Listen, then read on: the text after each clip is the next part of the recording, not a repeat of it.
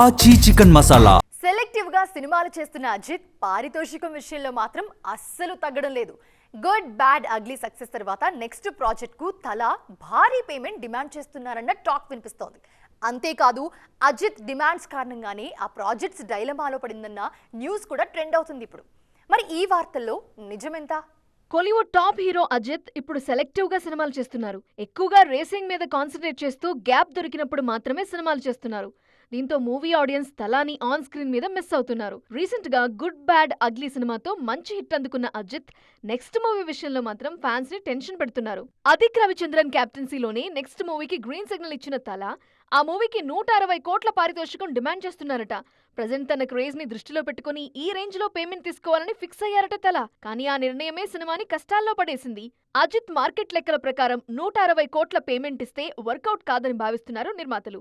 Good bad ugly cinema hit talk తో 250 కోట్లు మాత్రమే వసూలు చేసింది.